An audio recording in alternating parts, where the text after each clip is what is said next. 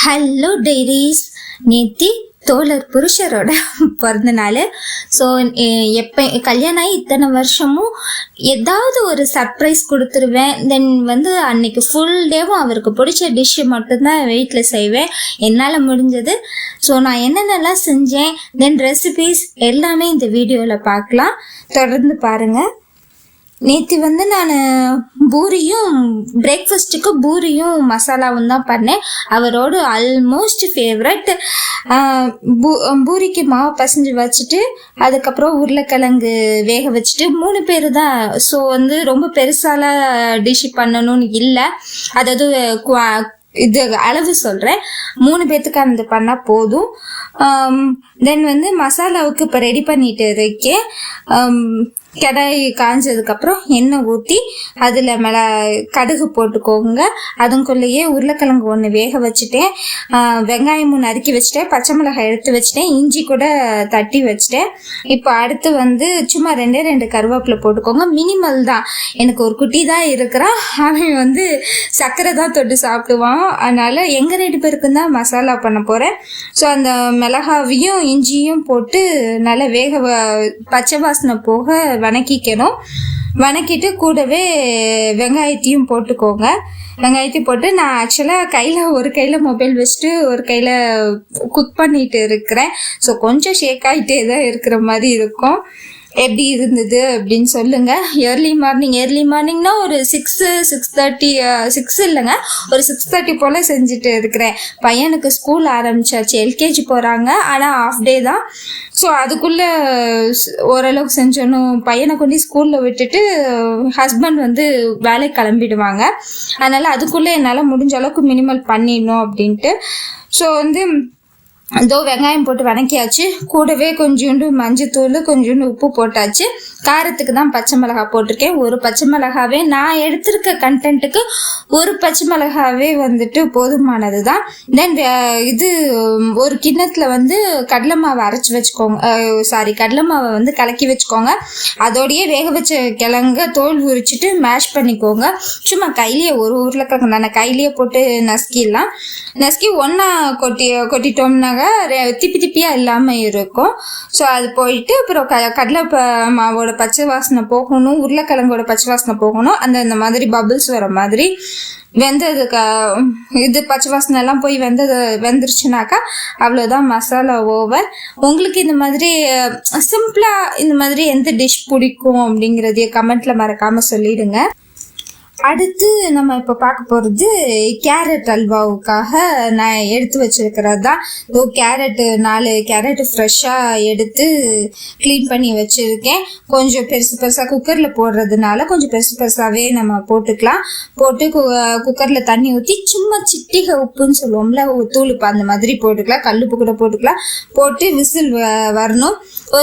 நம்ம மறுபடியும் மிக்சியில் போட்டு ஓட்ட போகிறோங்கிறதுனால நீ ஒரு 3 விசில் விட்டுக்கோங்க. அது உங்களுக்கு தகுந்த மாதிரி தான் விசில் விட்டுக்கோங்க.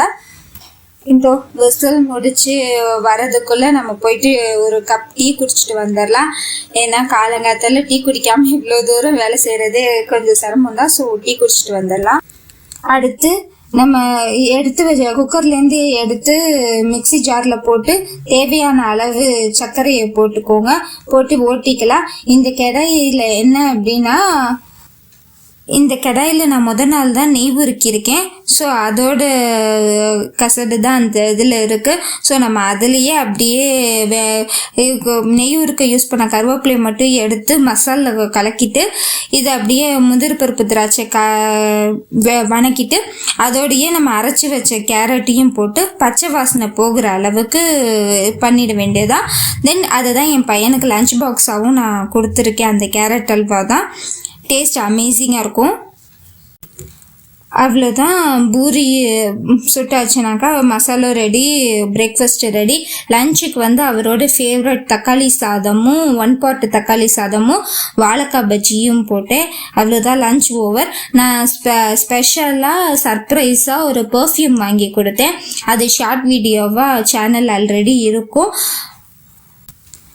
தென் மொபைல் அவர் ஆர்டர் போட்டிருந்தாரு. இது வந்து கார்டு கொடுத்த gift மாதிரி. ஆக்சுவலாக இன்னும் 2 நாள் கழிச்சு வர வேண்டிய மொபைல் வந்து கரெக்டாக அவரோட பர்த்டேக்கே டெலிவரி ஆயிடுச்சு. அது அவருக்கு இன்னும் கொஞ்சம் கிஃப்டாக பூஸ்டாக இருந்தது. ஆல்ரெடி மொபைலோட வீடியோ நான் ஷார்ட் வீடியோவை ஷேர் பண்ணியிருக்கேன், போய் பாருங்கள்.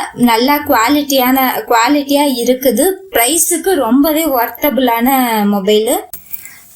அவ்வளோதான். மத்தியானம் போய் தம்பியை ஸ்கூல்லேருந்து கூட்டிகிட்டு வந்துட்டோம். லஞ்சு, பிரேக்ஃபாஸ்ட்டு, ஸ்பெஷல் கிஃப்ட்டு எல்லாமே பார்த்துட்டீங்க. அடுத்து நாங்கள் கோயில் போனது ஈவினிங் தான் போனோம். அது இங்கே ஆல்மோஸ்ட் எல்லாருக்கும் தெரியும், இருந்தாலும் நான் சொல்கிறதுல எனக்கு ரொம்ப சந்தோஷம். நேற்று வந்து தேய்பிரை அஷ்டமிங்கிறதுனால, அது மட்டும் இல்லாமல் காலபைரவர் கோயிலுக்கு போனால் மனசு நிம்மதி கிடைக்குங்கிறதுனால ஈரோட்டில் இருக்க தமிழ்நாட்டிலேயே மிகப்பெரிய காலபைரவர் சிலையான ரெட்டை சுற்றி பாளையத்தில் இருக்கிற காலபைரவர் கோயிலுக்கு தான் போனோம். அது வந்து சுமார் 260 மீட்டர் உயரத்தில் இருக்குமா. அந்த ஸ்டாச்சுவே அவ்வளோ பெருசு இருக்கும். இங்கே எத்தனை பேர் போயிருப்பீங்க அப்படிங்கிறதெல்லாம் தெரியல. பட் அந்த கோயில் வந்து நம்ம ஏஷியன்லேயே வந்துட்டு மிகப்பெரிய ஸ்டாச்சு காலபைரவருக்கு அந்த கோயிலில் தான் இருக்குது. வீடியோவில் வரும் பாருங்க. இங்கே நாங்கள் ஈரோட்லேருந்து அந்த ரெட்டை சுற்றி பாளையம்க்கு போகிறதுக்கு பைக்கில் 1/2 hour தான் ட்ராவலிங்கு.